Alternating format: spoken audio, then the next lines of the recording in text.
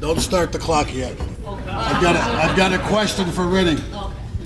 Do you ever coach basketball? I did not. So I'm glad of that because I'm not used to sitting the bench that long. I should always be in the first five. I remember.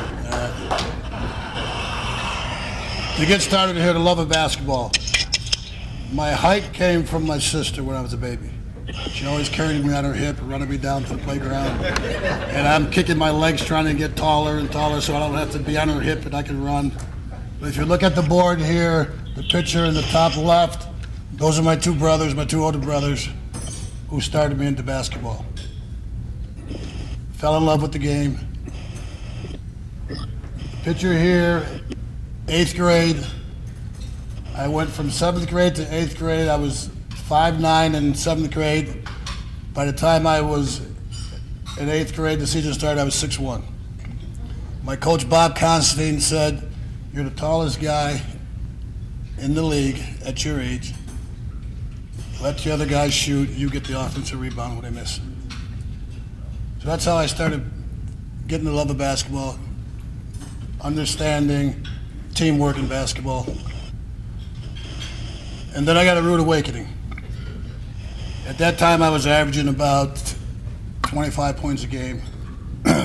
Halftime of one of our games against St. Mary's New York Mills, Steve Babillard knows it well, I had 4 points at halftime. Understand, back then it was only 6-minute quarters. My dad came in the locker room, he says, "Get dressed, you're going home." I said, "Dad, it's only halftime." He goes, "I don't care." He goes, "You're an embarrassment to your mother and everybody that's watching you play. You're not giving 100% effort. Get dressed, you're going home." So my coach says, "Mr. Shackleford, it's only halftime." He goes, "You coach my son, I discipline my son. He's going home." So he proceeded to walk me outside in the middle of a snowstorm with my uniform on and my jacket, my little duffel bag on my shoulder. He stopped me and he says, "If you ever want to play this game again, you better give 100% effort every time you're out there playing." So he let me go back in just before the second half started. 6-minute quarters. I had 4 points at halftime. I finished the game with 48. So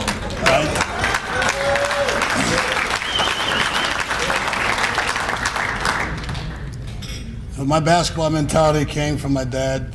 Give 100% effort every time you're out there playing, no matter how big they are, how small they are, who they are. I had a great opportunity to go to Notre Dame High School in Utica, where I had a great coach, Jim Klein, who taught me everything I needed to know about basketball. That's why I was able to play all 5 positions at Syracuse. My freshman year at Syracuse, I played center, 6'5", 183 pounds. Got my butt kicked a lot. But I learned a lot. And then my sophomore year in 1976, I got the big fella, Roosevelt Bowie. Took all the pressure off of me. I was able to move to small forward. Junior year, we lost our guards, Jimmy Williams, Larry Kelly. I ended up playing, a little bit of one guard, a little bit two. And then we brought in Eddie Moss, Marty Head, Al Cohen. And then I got moved to probably my natural position as a small forward, power forward. But, guys like Roosevelt, Lewis Orr, Marty, and those guys said they weren't getting enough shots. So Coach Boeheim would put me at the one position a lot to pass those guys the ball because nobody else passed. You pass it to Rose, you never get it back. So I had to become the passer. But just to quickly, my sister's here, Georgia. I got my nephew, Frankie. I envy him because I really fell in love with basketball, at a young age because I played Little League Baseball. After Little League Baseball, I couldn't hit the ball. Then I played Pop Warner football. First game of the season, I broke my wrist. My father let me come back and play again. Second to the last game of the season, I broke my ankle, so that ended my football career, so I had to fall in love with basketball. And Syracuse University, my roommate, Steve Snyder. Thank God we didn't have cell phones and social media back then because we both probably would have been in a lot of trouble. But moving along here, I was very fortunate enough to play at Syracuse. I got drafted by the Phoenix Suns. I got cut out of rookie camp with Phoenix. I had trial with Boston, Portland. Got cut from both of those. I played in Europe and South America for 13 years, and I had enough. I felt that basketball was. I fulfilled my dream. And I moved to Florida with Crystal, the love of my life, my little boy Charlie there, the dog in the middle. And I ran into an old coach of mine, Bernie Fine. And they both convinced me that, I love basketball too much to stay out of basketball.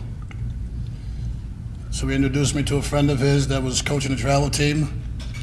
I helped him out through the summer for the travel team. And the coaches at Cardinal Gibbons High School was there watching one of their players, so they invited me to be assistant coach at Cardinal Gibbons High School in Fort Lauderdale, Florida. So that's where I'm at right now, living my dream. Playing basketball, still being involved in basketball, doing what I love doing, and seeing good results from the kids that are out there working hard to play. But I learned a hard lesson in Florida. Kids can go to a different school every 4 years. They can transfer from one school, they don't like the coach, they go to another school, they go to another school, no penalties. Another thing I learned is that there's no better basketball than New York State.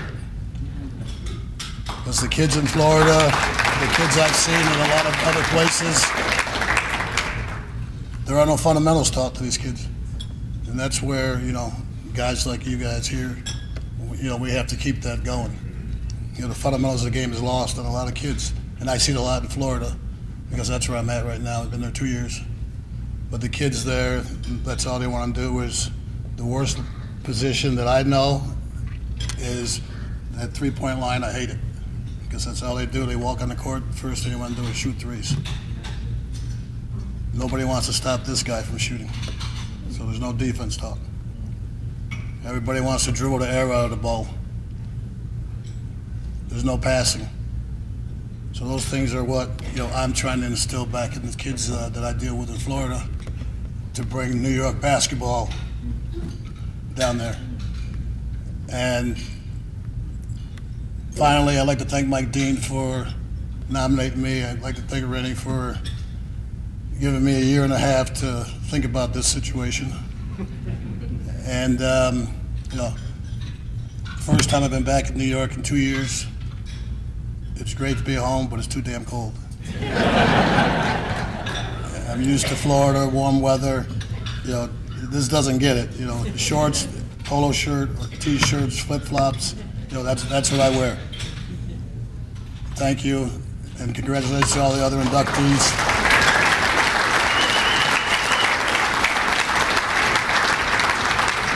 I have to give my Syracuse guys a little prop. I saw these guys play when I was a sophomore in high school at NIT down in Madison Square Garden. I fell in love with Syracuse then. I kind of BS'd a few coaches telling them I was going to go there to school, but I knew I was going to Syracuse. Roy Danforth was at my school and at my house almost every day. We played a sectional game against Liverpool at North Syracuse, and assistant coach from Minnesota, Coach Wilson was there, and Roy Danforth was there, and they were both in the shower next to me getting wet, telling each other that I was going to their school. So I appreciate all the love I got from basketball. Basketball is always going to be in my life, and New York is always home. Thank you.